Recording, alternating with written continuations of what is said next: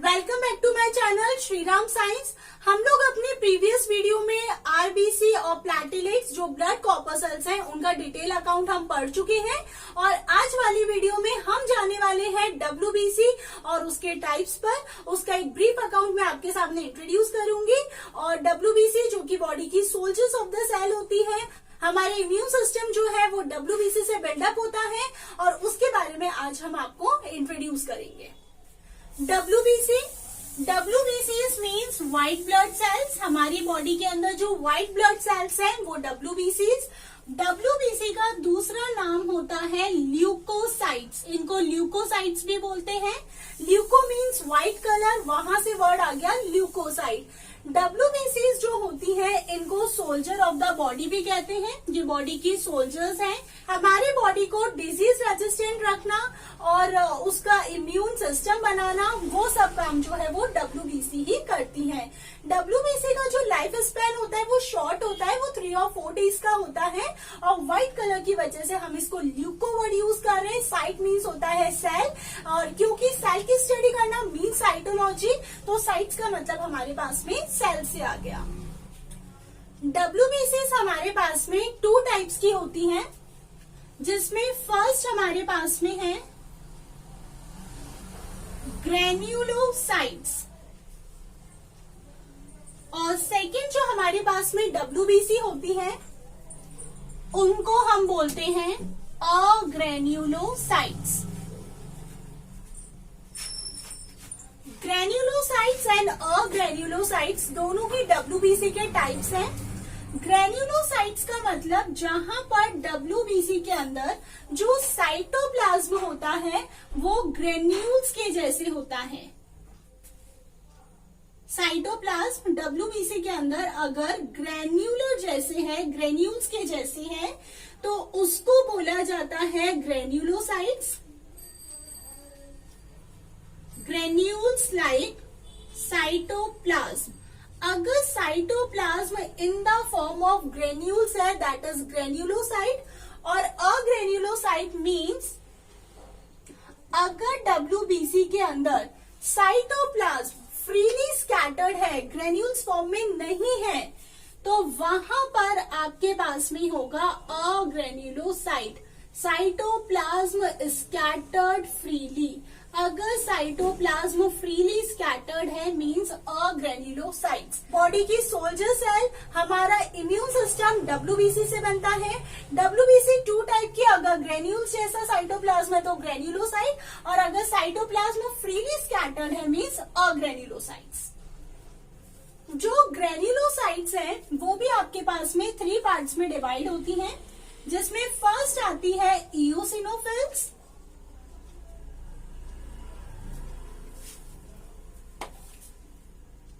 Second basophils और third हमारे पास में है न्यूट्रोफिल्स। अभी हम इनके एक छोटे से डिस्क्रिप्शन पे भी जाएंगे। तो ग्रेन्युलोसाइट्स 3 टाइप्स की हो गई, इओसिनोफिल, बेसोफिल्स एंड न्यूट्रोफिल्स। जबकि अग्रेन्युलोसाइट्स जो है वो आपके पास में 2 टाइप की होती है। फर्स्ट आपके पास में होती है लिम्फोसाइट्स और सेकेंड हमारे पास में है मोनोसाइट्स।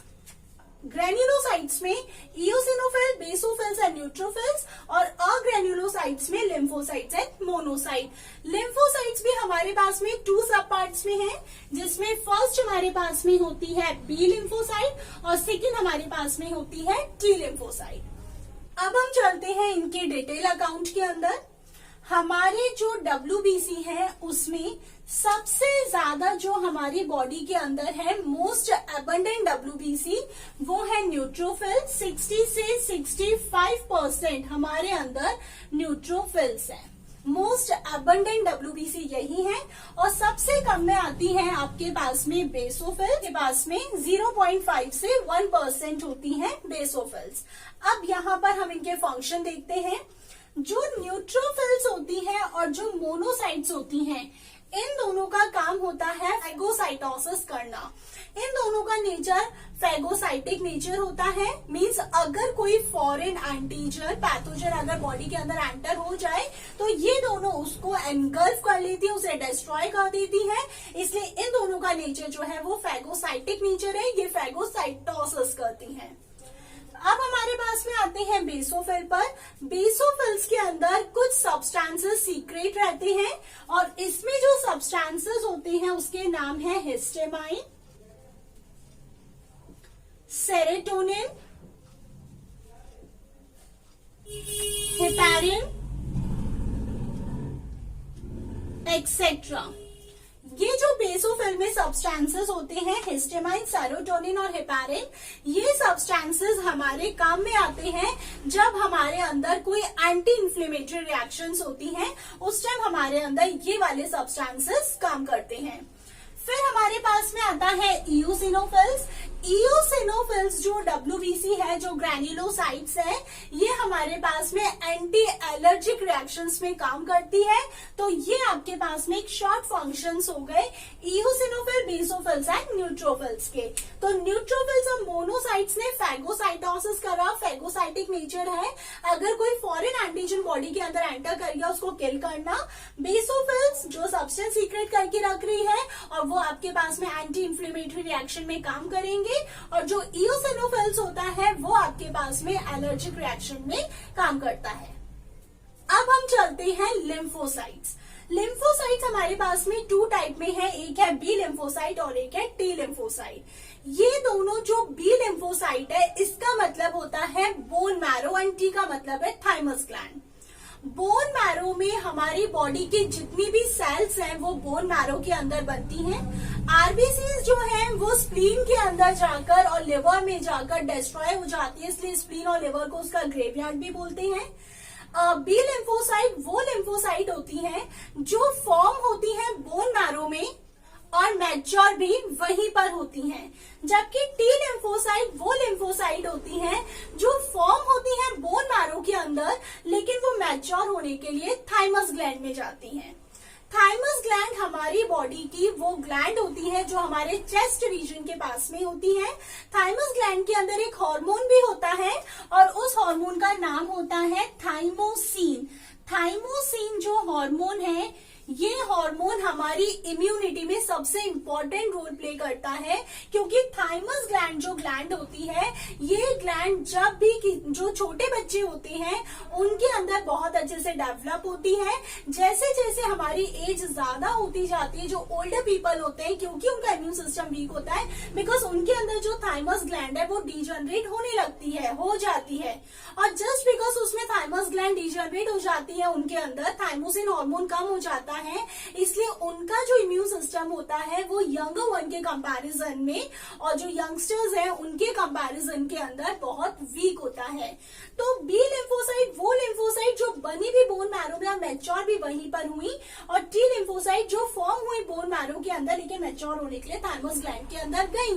और थाइमस ग्लैंड जो कि हमारे को इम्यूनिटी देगी, क्योंकि उसके अंदर थाइमोसिन हार्मोन होगा, और थाइमोसिन हार्मोन एज के साथ साथ ग्लैंड डिजनरेट होगी, हार्मोन कम होगा और जो हमारी इम्यून पावर है वो भी वीक हो जाएगी। क्योंकि अबव 60 लोगों का इम्यून सिस्टम वीक होता है, क्योंकि उनके अंदर थाइमस ग्लैंड जो है वो डिजनरेट हो जाती है, थाइमोसिन हार्मोन बनना बहुत कम हो जाता है, इसलिए उनका जो इम्यून सिस्टम होता है वो वीक होता है। ये जो हमारे पास में लिम्फोसाइट्स हैं, बी और टी लिम्फोसाइट्स, बी लिम्फोसाइट जो इम्यूनिटी देते हैं उसको बोला जाता है ह्यूमोरल इम्यूनिटी। ह्यूमोरल इम्यूनिटी का मतलब क्या है?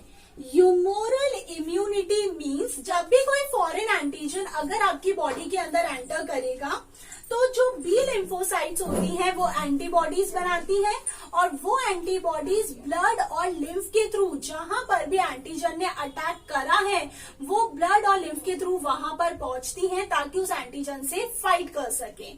तो ये जो आपके पास में इम्यूनिटी होती है जो कि ब्लड और लिम्फ के अंदर होती है उसको बोला जाता है, ब्लड और लिम्फ को बोलते हैं ह्यूमर, वहां से वर्ड आ गया ह्यूमोरल, इसलिए उसको बोला जाता है ह्यूमोरल इम्यूनिटी। तो ह्यूमोरल इम्यूनिटी मींस अगर फॉरेन एंटीजन बॉडी के अंदर एंटर हुआ तो बी लिम्फोसाइट ने एंटीबॉडीज को फाइट करने भेजा उसके साथ में, और क्योंकि वो उस स्पेसिफिक एरिया पर ब्लड और लिम्फ के थ्रू गई है इसलिए उसको ह्यूमोरल इम्यूनिटी बोला जाएगा। और इसका जो दूसरा नाम होगा वो होगा हमारे पास में एंटी मीडिएटेड इम्यूनिटी। सेकेंड होती है T lymphocyte. T lymphocyte thymus gland में जिनका मैच्योरेशन हुआ था, ये वो लिम्फोसाइट होते हैं जो कि हमको देते हैं cell mediated immunity. Cell mediated immunity बहुत ही इंपॉर्टेंट इम्यूनिटी है हमारे अंदर। सेल मीडिएटेड इम्यूनिटी जो हमारी बॉडी के अंदर ग्राफ्ट रिजेक्शन करती है, मींस अगर हमारे अंदर कोई भी ऑर्गन का ट्रांसप्लांटेशन होता है तो हमारी बॉडी का इम्यून सिस्टम उसे रिकॉग्नाइज कर लेता है कि वो उसकी बॉडी का ऑर्गन है या नहीं है। कई केसेस के अंदर वो उसे रिकॉग्नाइज करता है और एक्सेप्ट नहीं करता, वहां पे पर्सन उस दूसरे पर्सन का जो ऑर्गन है उसके साथ में सरवाइव नहीं कर सकता, और कुछ केसेस के अंदर वो उसे एक्सेप्ट कर लेता है क्योंकि सबका अपना एक इम्यून सिस्टम होता है। और जब भी ऐसा होता है, जब भी ऑर्गन ट्रांसप्लांटेशन होता है, लाइक किडनी ट्रांसप्लांटेशन हो रहा है, लिवर ट्रांसप्लांटेशन हो रहा है, उस टाइम उस पर्सन को एक ड्रग दी जाती है और वो ड्रग होती है इम्यूनो सप्रेसिव ड्रग्स। हमें वर्ड से समझ में आ रहा है जो कि हमारे इम्यून सिस्टम को सप्रेस कर दे, उसको रिकॉग्नाइज ही नहीं करने दे कि वो उसकी बॉडी का ऑर्गन है या नहीं, और एंटायर लाइफ उस पर्सन को उस इम्यूनो सप्रेसिव ड्रग पे रहना पड़ता है। तो जहां पर सेल मीडिएटेड इम्यूनिटी है वो ग्राफ्ट रिजेक्शन करती है, जहां वो ये रिकॉग्नाइज करती है कि ये मेरी बॉडी का ऑर्गन है या नहीं है ऑर्गन ट्रांसप्लांटेशन के टाइम पर, या अगर उसे एक्सेप्ट करना है वो उसे एक्सेप्ट कर लेगी, कभी वो उसको रिकॉग्नाइज करके एक्सेप्ट नहीं करेगी तो पर्सन वहां पे सर्वाइव नहीं कर पाएगा। इस टाइप की जो इम्यूनिटी होती है उसको हम बोलते हैं सेल मीडिएटेड इम्यूनिटी। और जब वो एंटीजन एंटर हुआ ब्लड और लिम्फ के थ्रू, वो एंटीबॉडीज उसके साथ में गए फाइट करने के लिए, उसको बोला जाएगा ह्यूमोरल इम्यूनिटी। हमारी बॉडी के अंदर एक मेमोरी सेल्स भी होती हैं। वो जो मेमोरी सेल्स होती हैं, उन मेमोरी सेल्स का काम होता है कि अगर कोई एंटीबॉडीज हमारे अंदर एक बार बन गई तो एंटायर लाइफ उस एंटीबॉडीज को हमारे अंदर रिटेन रखना, कि अगर सेम पैथोजन सब्सिक्वेंट अगर हमारे अंदर एंटर करता है, फ्यूचर में एंटर करता है, तो वहां पर वो एंटीबॉडीज प्रिपेयर है उससे फाइट करने के लिए। This is the principle of immunisation, और इसको इम्यूनोलॉजिकल मेमोरी भी कहते हैं। और वो इम्यूनोलॉजिकल मेमोरी का मतलब यही है, जब बॉडी के अंदर मेमोरी सेल्स होती हैं वो ध्यान रखती हैं कि अगर एक बार हमारे अंदर एंटीबॉडी बन गई किसी एंटीजन के अगेंस्ट, और इन फ्यूचर अगर सेम पैथोजन या एंटीजन हमारी बॉडी के अंदर एंटर होता है, तो वो एंटीबॉडीज प्रिपेयर्ड है इस बार उससे फाइट करने के लिए। फर्स्ट टाइम अगर एंटीजन ने एंट्री ली है तो उसको बोला जाएगा हमारे पास में प्राइमरी रिस्पॉन्स, लेकिन अगर same pathogen in future body के अंदर एंटर होता है तो बॉडी के पास में इस बार एंटीबॉडी प्रिपेयर्ड है और उसको बोला जाएगा तुम्हारे पास में सेकेंडरी और एनिमनेस्टिक रिस्पॉन्स। तो फर्स्ट टाइम पैथोजन का एंटर होना दैट इज प्राइमरी रिस्पॉन्स, और अगर वो पैथोजन फर्दर बॉडी के अंदर एंटर हुआ और इस टाइम एंटीबॉडीज प्रिपेयर्ड है, उसको बोला जाएगा तुम्हारे पास में सेकेंडरी और एनिमनेस्टिक रिस्पॉन्स।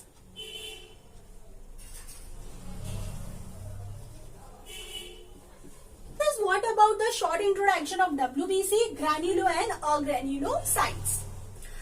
अब हम चल रहे हैं ब्लड ग्रुप के बारे में। बेसिकली हमारे अंदर 4 टाइप्स के ब्लड ग्रुप होते हैं।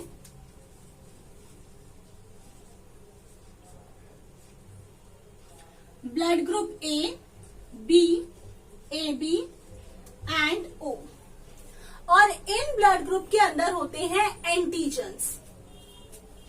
हर ब्लड ग्रुप का अपना एंटीजन होता है और अपना एंटीबॉडी उसके अंदर प्रेजेंट होता है। जिनका ब्लड ग्रुप ए है उसमें एंटीजन ए होगा लेकिन एंटीबॉडी बी होगा। जिनका ब्लड ग्रुप बी है उनका एंटीजन बी लेकिन एंटीबॉडी ए होगा। जिनका ब्लड ग्रुप ए बी है उनके एंटीजन ए बी लेकिन एंटीबॉडी नहीं होगा। और जिनका ब्लड ग्रुप ओ है उनके एंटीजन नहीं, जबकि एंटीबॉडी ए बी होंगे। एंटीजन्स को कैपिटल में रिप्रेजेंट करते हैं, एंटीबॉडीज को स्मॉल में।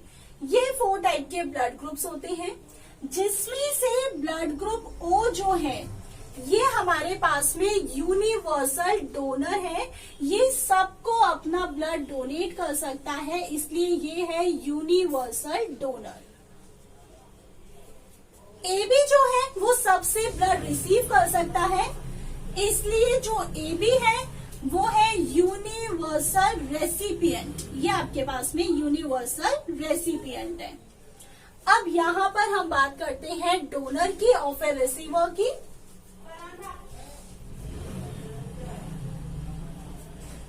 जिनका ब्लड ग्रुप ए होगा वो अपना ब्लड ए को डोनेट करेंगे, ए बी को डोनेट करेंगे। जिनका बी होगा वो बी को डोनेट करेंगे और ए बी को डोनेट करेंगे।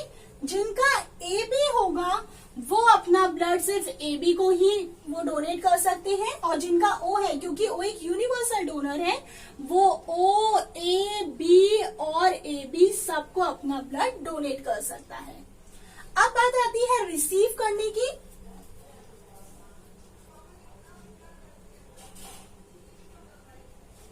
ए जो है वो ब्लड ले सकता है ए और ओ से, क्योंकि ओ एक यूनिवर्सल डोनर है। बी अपना ब्लड बी और ओ से ले सकता है। जिसका ब्लड ग्रुप ए बी है वो यूनिवर्सल रेसिपिएंट है, वो सबसे लेगा। मींस वो ए, बी, ओ और ए बी सबसे, और जिसका ओ है वो सिर्फ ओ से रिसीव करेगा। इसलिए ओ को बोला जाता है यूनिवर्सल डोनर और ए बी को बोला जाता है यूनिवर्सल रेसिपिएंट। अब हम चलते हैं ब्लड ग्रुप टेस्ट पर। पता कैसे चलता है किसका ब्लड ग्रुप क्या है? उसके लिए हमारे पास में जिस भी पर्सन का ब्लड ग्रुप टेस्ट करना है, सबसे पहले उसमें से हमें ब्लड जो होगा वो निकालना पड़ेगा। हम इंजेक्शन और निडल के थ्रू वो ब्लड निकालेंगे और टेस्ट करना है। 3 ग्लास स्लाइड्स होंगी और उस पर एक एक ड्रॉप उस ब्लड ग्रुप की, जो ब्लड सैंपल हमने किसी पर्सन का लिया है, उसकी एक एक ड्रॉप उस पे हम पुट कर देंगे।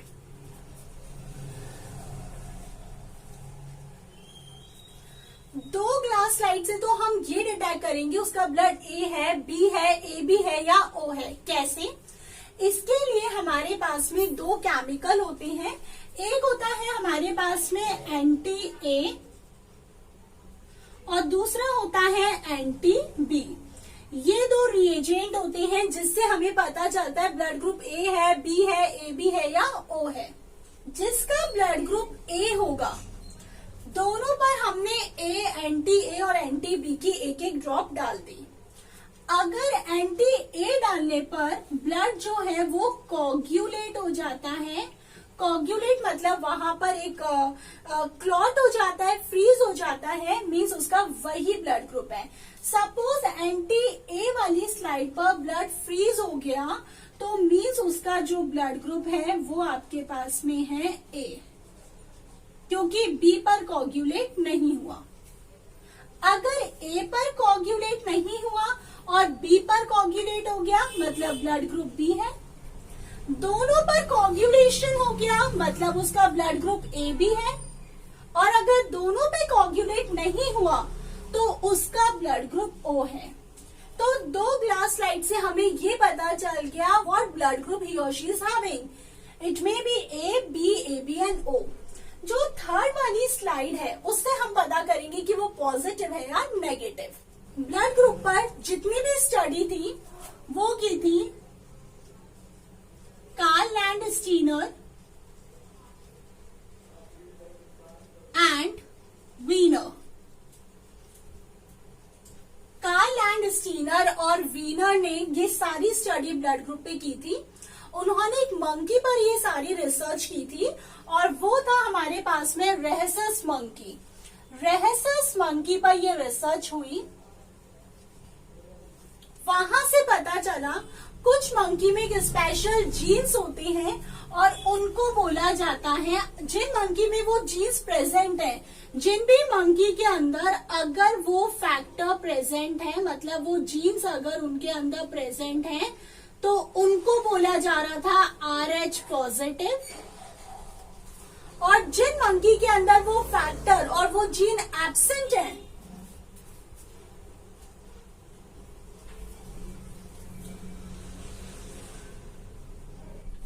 उनको बोला गया RH नेगेटिव। तो थर्ड वाली स्लाइड से हमें कैसे पता चलेगा, हम इस पे एंटी RH करके एक केमिकल पुट करेंगे, जैसा हमने एंटी ए और एंटी बी करा। अगर वहां पर वो एंटी RH सीरम पुट करने पर अगर कोगुलेशन होता है, मीन्स वहां पर आपके पास में पॉजिटिव है, मीन्स उसके अंदर वो जीन प्रेजेंट है, और अगर नहीं होता तो वो आपके पास में नेगेटिव है। अगर कोगुलेशन होता है पॉजिटिव और नहीं होता तो नेगेटिव।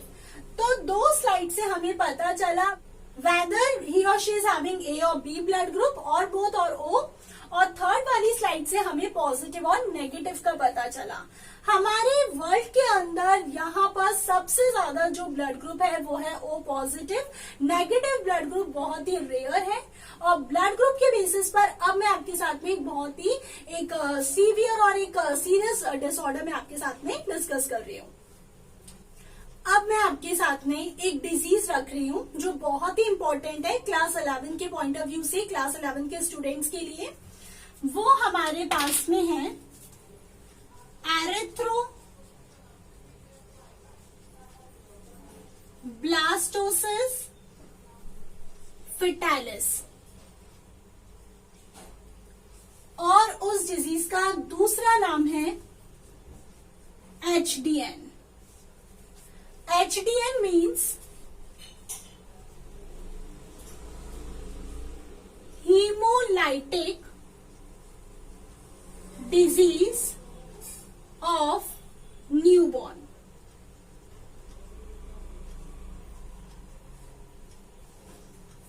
अगर मदर का ब्लड ग्रुप नेगेटिव है और फीटस का भी नेगेटिव है देन इट इज ओके। अगर मदर का नेगेटिव है और फीटस का पॉजिटिव है then it is not okay. उस केस में अगर मदर फर्स्ट प्रेगनेंसी में है then the blood will be separated by the barrier of placenta, और प्रेगनेंसी के एंड स्टेज पर अगर दोनों के ब्लड मिक्स भी हो जाते हैं तो पॉजिटिव वाला नेगेटिव में जाएगा, और उसकी वजह से एंटी RH एंटीबॉडी मदर के अंदर बनेंगे and the foetus will be safe.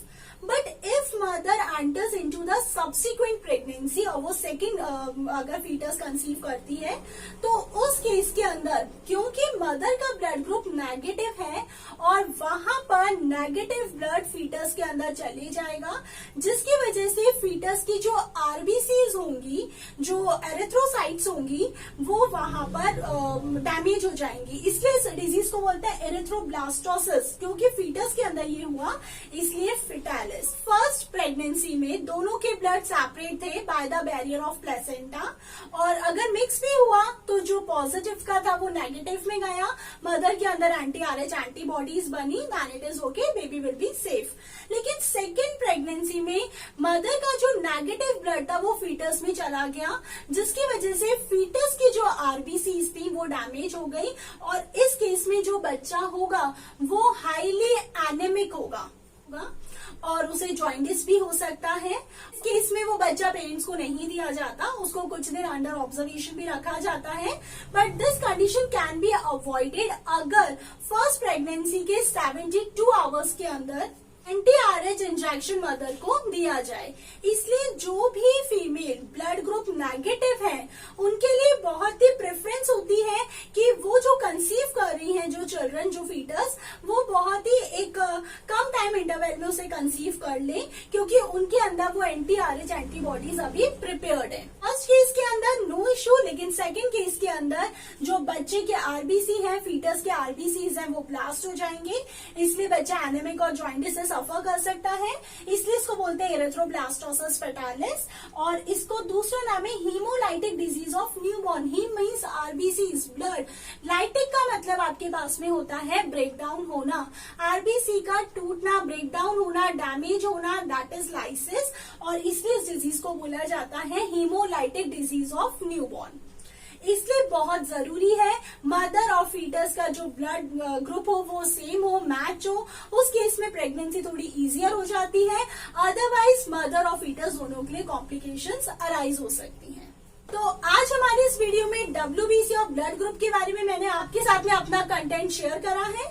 तो होपफुल स्टूडेंट आप लोगों को ये समझ आया होगा। And if you are having any query then write it in my comment box. Don't forget to press bell icon, subscribe my channel. Till then be safe, stay healthy. Thank you so much. Bye everyone.